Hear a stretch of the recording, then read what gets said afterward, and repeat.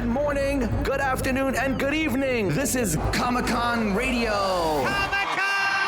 Coverage of pop culture events from around the globe. Amazing interviews with celebrities. Daily recaps and reviews of popular television. Movie reviews. Everything fandom from around the globe. Comic-Con Radio. Get ready to enter our universe. Let's go.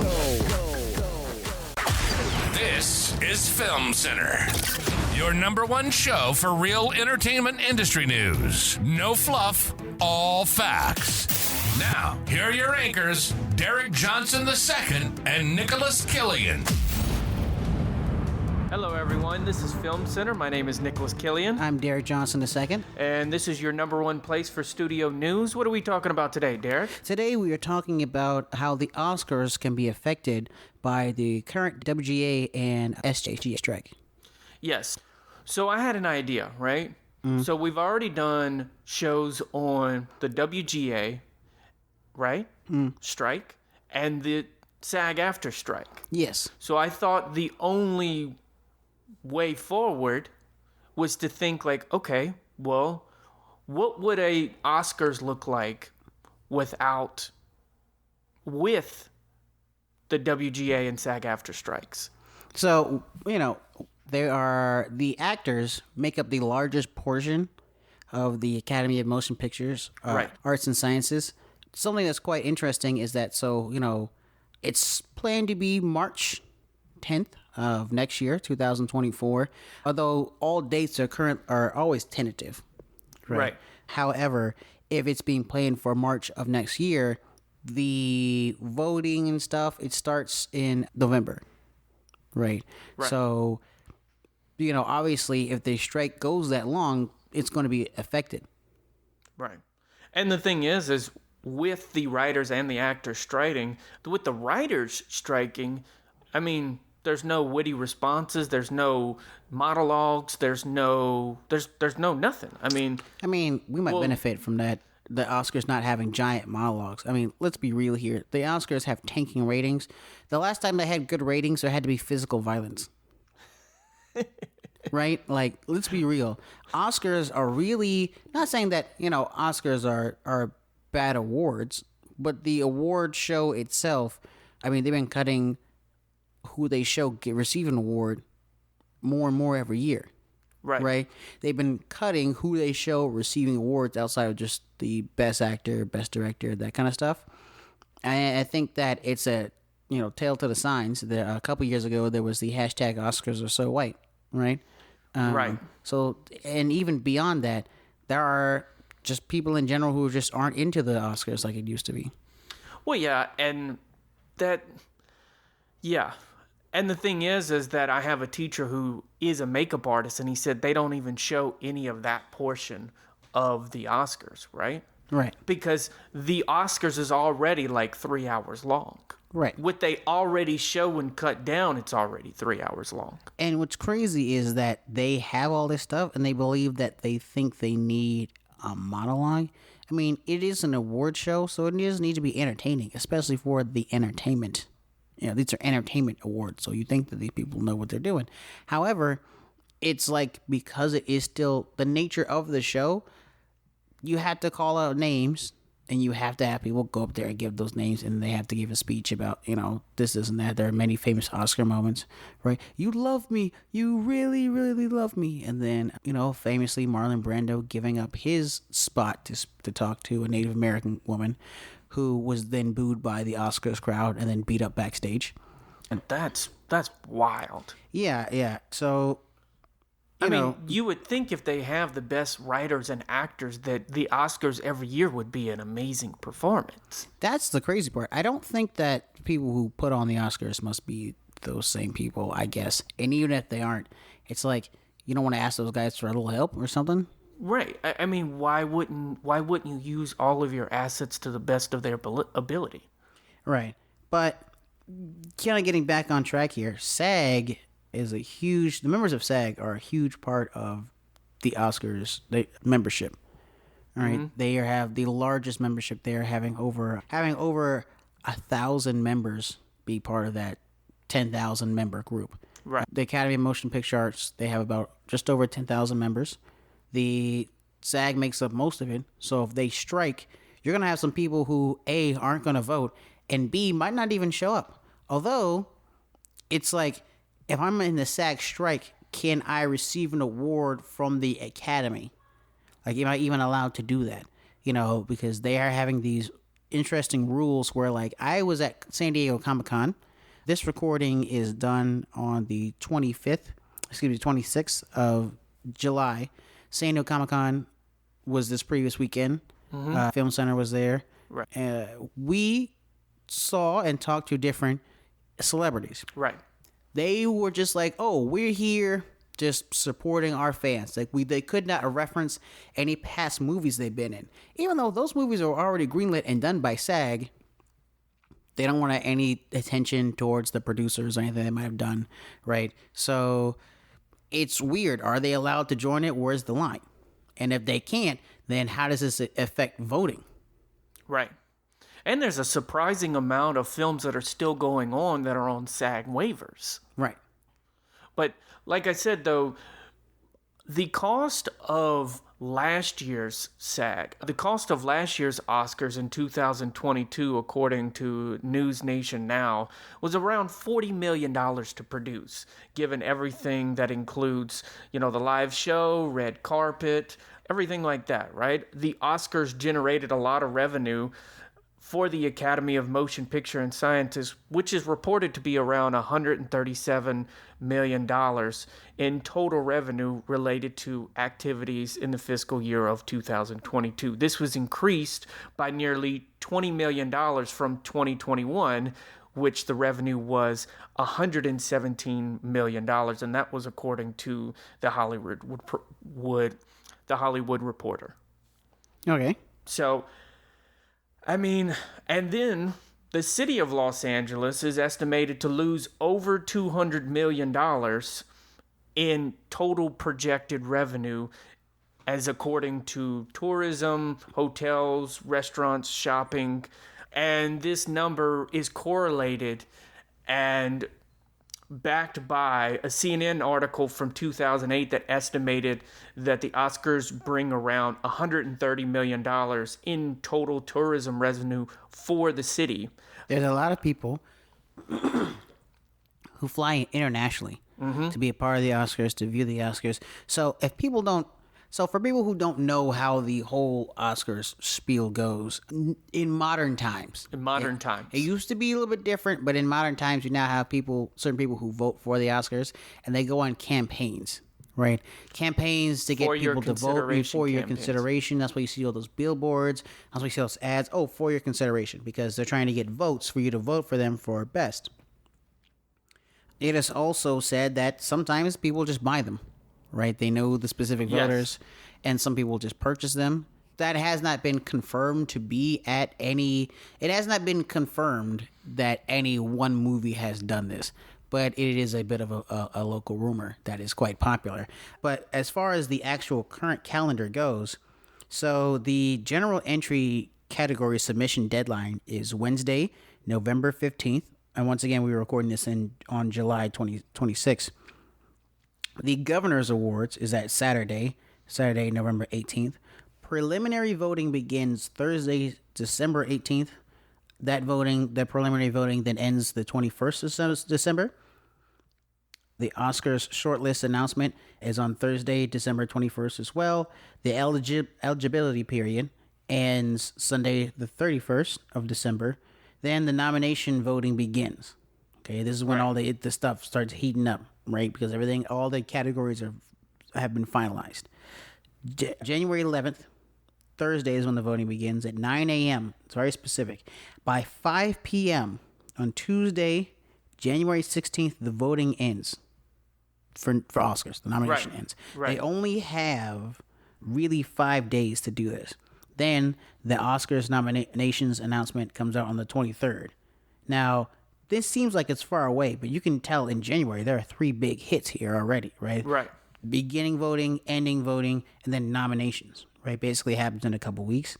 The Oscar nominees luncheon happens on Monday, February 12th. For those who don't know, they do have a luncheon for those nominees. Right. Final voting begins, and it says final voting. As in, everyone's voted for the nominations. Now who's going to win? Right. That is on Thursday, February 22nd, as of now. Then the Scientific and Technical Awards will be on Friday, February 23rd. Finals of voting ends Tuesday, February 27th. And the 96th Oscars will be on Sunday, March 10th of 2024. This is according to Variety. Now, one thing that I always think is very interesting is that they don't ever put the HPA Awards on here, which is basically a post award. Right. But this is according to Variety. This is the current schedule. Well, also what they don't tell you is all this costs money to do. Right? So Oscar nomination voting is conducted online, and the platform and validation costs around $400,000, which could be wasted if the ceremony is canceled. Right. Right? And those who don't know how some of this voting happens, so I myself used to vote for the Spirit Awards and other film awards as well. Usually how that happens is that they will either send you DVDs or links online. Links online are more popular in the modern day, but whether you see a DVD or links online, they have a watermark on it. Right. So that way you can't cancel, you can't steal it or something like that. And it's usually somewhere in the lower third. But it's for your consideration, right? When you're watching it online, it usually has like your username on the watermark. When they send you the DVD, it just has, for your consideration on the watermark, or it'll say something. So then after you watched it online or in person, then you go and make your vote. These 5 days from that January 11th to January 16th, that is a lot of movies that you have to watch. As someone who's done it himself and has done the voting process, it's actually a lot. So you're talking about tons of people who, to be fair, would love not to do a lot of work. Yeah, exactly. But the next thing that you have to think about is the potential broadcast loss in revenue, right? Right. So Forbes is basically saying ABC could potentially lose $20 million in ad revenue for the Oscars broadcast based on ratings drops from previous strike-impacted awards, right? That's what's predicted and that's what's speculated. And it seems to be reasonable, as a Forbes article from 2020 reported that ABC charged $2.4 million for a 30-second ad spot during an Oscars broadcast. Assuming that there are about 50 minutes of ads during the 3-hour show, that would amount to $240 million in total ad revenue, a 10% drop in ratings, which could result in a 10% drop in ad revenue, which would be about $24 million. Right. Now, there are a lot of... Variety released a article about people they predict will be nominated or nominated favorites, I should say. I'm not going to go through this whole list. If you want to see it, go to variety.com/list/2024-Oscar predictions. There's film editing here, there's makeup, hairstyling, and stuff like that. The only one I will talk about is animated feature. Elemental, Pneumonia, Spider-Man Across the Spider-Verse, the Super Mario Bros. Movie, and Wish. The reason why I bring these up specifically is because they've come out more recently. Mm-hmm. And I honestly think that if they do get nominated, the people who worked on these movies are going to be like, oh, no, we don't care. We're not going to be campaigning. Right, we don't accept this nomination. Right. So since they came out so recently, some of them during the time of the strike, well, they're not going to campaign for it. And if they don't campaign, they are not going to win, obviously. Right, because for your consideration campaigns are basically just money spending sprees for the Hollywood press to vote for them. Right, but somebody has to win. So I don't know, will this mean that it'll be done on merit this time? I have no idea. Well, the crazy part is you would think that the Hollywood foreign press, it's like a protected list so that you can't individually bribe each member of the Hollywood foreign press. And you'd be surprised to know that that's exactly what happens. They target the members of the Hollywood foreign press and basically bribe them. That's where the For Your Consideration campaign comes from, which is literally just a legal way to give all the members of the Hollywood foreign press whatever they want in exchange to vote for whatever project they have. Yes. Exactly. It's a whole system. Surprise, surprise. After 100 years. Surprise, surprise. But yeah, I mean, and you think about it like this: you have to not only think about the writers and actors, but you also have to think about like the stylists and the crew and everybody that is involved with this, because they might be the pinnacle, but there's a whole support team that comes around them. And the stylists for the top nominees, they earn between $10,000 and $50,000 per client. With that being said, that would be completely eliminated. With no writers and no actors, that means there is no hair to make up. Right. Because you're not going to hire the actors without a script. And so with no script and no actor, there's no hiring the makeup artist. There's no hiring the rest of the crew at all. Right, and that's according to the LA magazine. And the thing after that is the Academy's PR agency bills would be over $150,000 annually for the Oscar campaign, monitoring and enforcement. Those fees would no longer be needed if this would be the case. Now, I think that this is a perfect time for people who see problems with certain ways the Academy is run. Not that I or this podcast is naming any specific issues of the Academy. Right. However, if someone inside the Academy has some sort of grievances, like again we said, there was the hashtag, Oscars are so white. The ratings have been dropping a lot and kind of flopping, which is crazy because this is entertainment, right? Right. It's supposed to be the biggest thing. It only seems to be when something crazy happens at these award shows that anyone even cares. Yeah, but that's the only way that things ever get any attention, right? It's the only way anything really ever gets done is when it's shoved in your face. That's why that's what I'm saying. I think a lot of people, if this strike continues on, like I said, all this stuff starts in November. We just listed the schedule, right? And a lot of people in the industry know December and January are basically dead for production. There is no production happening during those times. Right. People don't want to work during then. Right. High key, they don't want to work mostly during November either. If you're doing a project in November, it might either be a reshoot or like something on the tail end is happening. And by production, I mean I'm also including a little bit of pre-production here as well. Like you're not about to go into, like you're not about to start production in November. That's not happening. No, nobody's going to do that. And then we're sitting here talking about what the broadcasts and all these other people's could lose, but the Academy could lose its estimated to be $100 million in advertising and sponsorship. Also, if the broadcast is canceled, right? If that happens, I'm gonna try to check out the price of the Academy Museum entrance.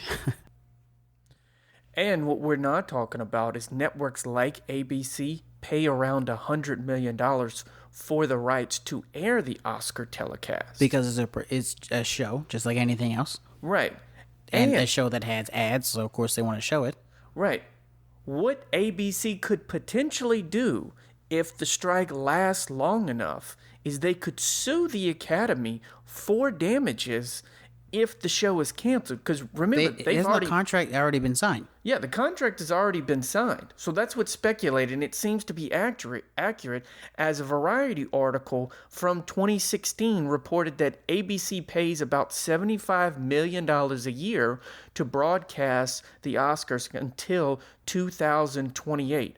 And the craziest part is if they end up suing and there's bad blood there, any other network would love to come in and try to sweep it. Right. Adjusting for inflation, that would be about $90 million a year in 2023. However, it is unclear whether ABC has a contractual clause that allows them to sue the Academy for damages if the show was canceled due to unforeseen circumstances like the WGA and SAG after striking. The only people who know that is the studios themselves.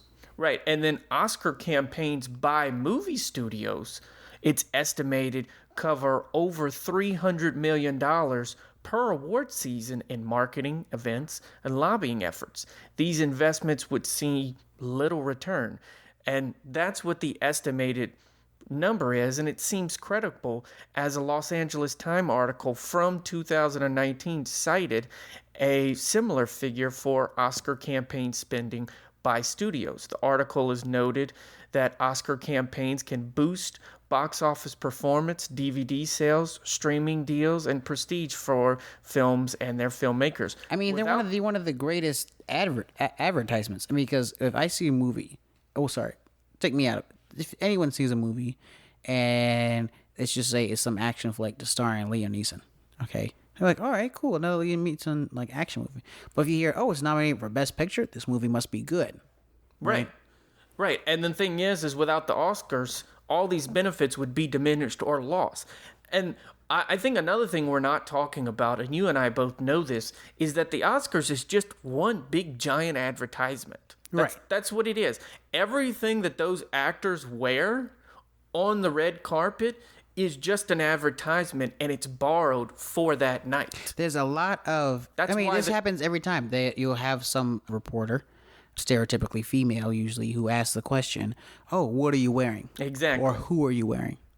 They're not doing that because they care what they wear. They're doing that because it's like Gianni Versace, gave me this dress, and Tiffany Diamonds gave me this necklace. They're not doing it because they care about what they're wearing. They're doing it because it's advertising the company for whatever it is that they're wearing. Right. I mean, and then you have to think about the red carpet fashion houses. They may lose, it's estimated that they're going to lose over $50 million worth of publicity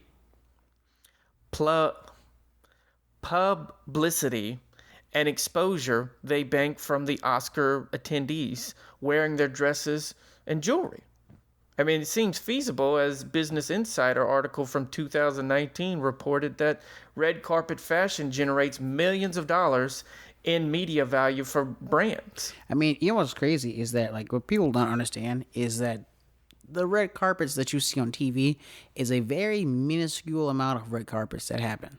In actuality, the red carpets most people are familiar with, that's not even half of them. There's tons of other red carpets that are exclusive events that happen just here in Los Angeles, or just in Atlanta, or just in Toronto, or where these are places that a lot of film and entertainment industry people work, right? So these red carpets are really more for them, because if one rich person says they have it, they might convince another one.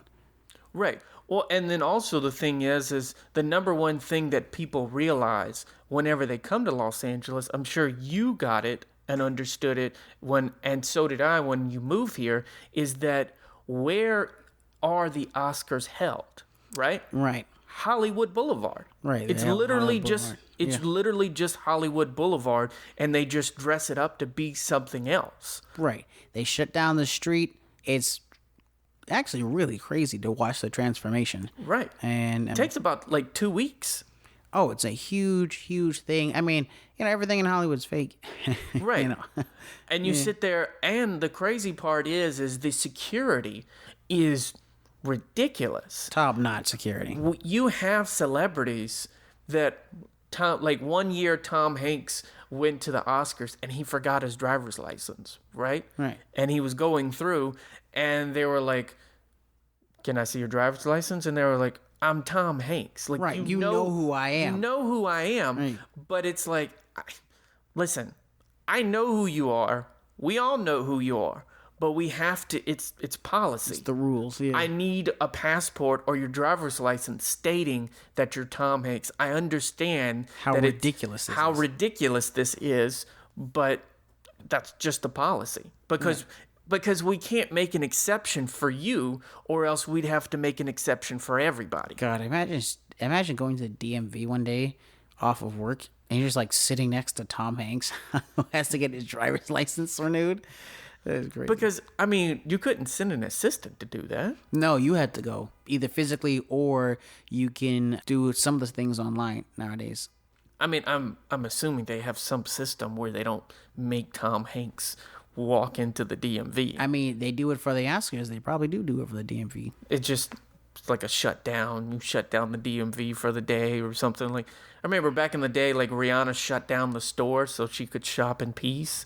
Yeah. Yeah, there's famous cases of many celebrities doing that. Michael Jackson buying an entire mall for a day just so, and having hired actors pretend to be like regular people just so he could go around and feel normal again. Right. Rent out a supermarket so that he could feel like he's just a regular person just buying groceries, even though everybody's paid actors. Yeah, and it's wild that those kinds of transformations have to happen for us to even have the Oscars. And I really think that is also another loss of revenue. There's a lot of small-time people who get paid from the Oscars. Talking about waiters and chefs and security and the construction workers who do that. All this other stuff. I mean, potentially they have a higher chance of getting paid than the rest of these people who are going to lose their money because the Oscars are going to happen regardless of anything, right? Although they're going to obviously try to want to move it. Right. And then you have to think of the unemployment. Right? If the strike continues to happen, unemployment could spike in Los Angeles in the entertainment sector. And if long-term strikes halt film production and other industries, that's what it's projected, right? As a CNN article from 2008 estimated that the Writers Guild of America strike caused a loss of over 37,000 jobs in the entertainment industry and the related sectors. And a similar larger impact could be expected from the strike involving more than 60,000 film and TV crew members. Right. So, you have this huge loss of money, you have this huge loss of jobs, and the producers are still holding out. I mean, they think that this strike might, not go as long as it will. But if actors like The Rock has supposedly donated a whole bunch of money to SAG, they haven't given a specific number yet. But apparently, all they say is it's a 7-figure donation. Some sort of 7-figure donation to SAG to keep the strike going. I haven't heard of such a donation on the writer's side. I will say this: I don't think the writers' war chest is as big as the actors' one. It's just not. But there are some people who could, the WGA and SAG are very close on this. There's a possibility that they could share some funds. Right. Well, but The Rock makes $1 billion a year? So yeah, something crazy. So, it's probably a drop in the bucket for him. Yeah, but he's not. I don't think he's WGA, actually. He might be. I'm not actually sure. No, I think he's SAG. Yeah, but sometimes if you're big enough and you have, a couple credits, they'll just give it to you. Right. It's not. Right. If Dwayne "The Rock" Johnson wants to be in the WGA, I'm sure that he can call up somebody and be within the WGA within, a month. Right, of course. Right, so, But also at the same time, you could sit here and say, yeah, it's a drop in the bucket for The Rock. But then you could also say, well, where's your donation? Right. If a 7-figure amount is just a drop in the bucket for him, then where's the drop in the bucket for everybody else? Right. Not only that, I think it was kind of interesting to see that, this is a big deal. I'm like, then how are they... is no one else doing this who really supports the strike? I have no idea. It seems a little odd. Mm-hmm. It seems a little odd. It seems like he's trying to get brownie points for the future. Yeah, good brownie points.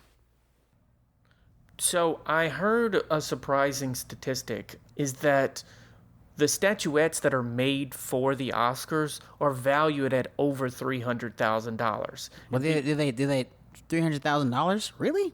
That's crazy. I've held one of those things before. Is it manufactured at somewhere near that value? No, not at all. So people are saying that the funds would be wasted given that happening, but actually that's not true, as a Parade article from 2023 reported that each gold-plated Oscar statuette costs around $400 and weighs 8.5 pounds. So assuming that there are 200... That is surprisingly cheap for the Oscars. Right. So it's supposed to be like a gold statue I'm supposed to get, and it only costs... It only costs $400. A regular necklace costs... There are regular necklaces. There are shades out there that cost more than that. Right. I think Ray-Bans cost more than that. Yeah. But so if, say you figure 200 nominees, that's like $80,000 worth of statues. Right. even if however, even if the awards were not giving out at the ceremony, they could still be delivered to the winners. Yeah. You know, Pay for shipping. by other means, but they might be worth to other people total $300,000. So how long do you think that these, like, okay, so let's say the strike is still going on. They're obviously going to boycott the Oscars if the WGA and SAG members aren't going to be attending, right? You think they're going to just run it anyway? Let's say apocalyptic situation, all the big time actors like Tom Cruise and The Rock and just a whole bunch of other big actors just start donating money to SAG, and Quentin Tarantino and Aaron Sorkin start donating a whole bunch of money to the WGA, and they're able to last the winter, quote unquote. And they start running into, like, I mean, once you hit January and you guys aren't doing what you're supposed to do, I mean, you heard earlier, right? It happens in January, all this, like, important nominations, right? Right. So what happens, what does it look like when they're not there in January? Are they going to do a rush, you think, to try to get done? You think they're going to try to push it back to the summer? Because that's not going to work, because people are going to be trying to work during them. They're not really going to be focusing on Oscars and stuff like that. We've already seen that the studios are heartless, right? We've already seen that they are like, we're going to starve you out, right? What I think is going to happen the way of the WWE. So if you noticed during the pandemic, the WWE still had events, right? But it was almost like it was like Zoom, or there'd be like statues there or something like that. So you think they would do something online for the Oscars?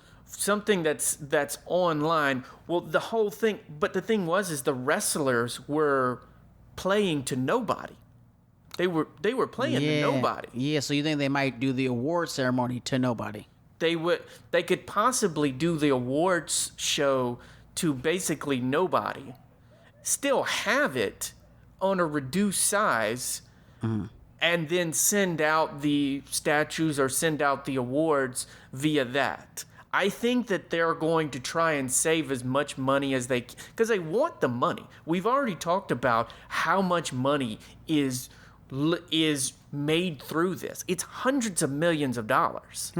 Right? So I don't think they're going to pass that up, especially now with the strikes. Right. Because they're losing so much now. They're losing so much now. We've talked at length. And it's going to be crazy for them to say, oh, we're going to give it to this person who's actively striking against us and doesn't like us. It's going to be very interesting to see, like, are they going to do the people that are actually deserving of the category, or are they going to, like, well, this person is striking against us, so we're not going to do that. But then everybody's striking against you, so who are you going to nominate? Just the editors. Just the editors and hair makeup. You know what would be crazy if they did?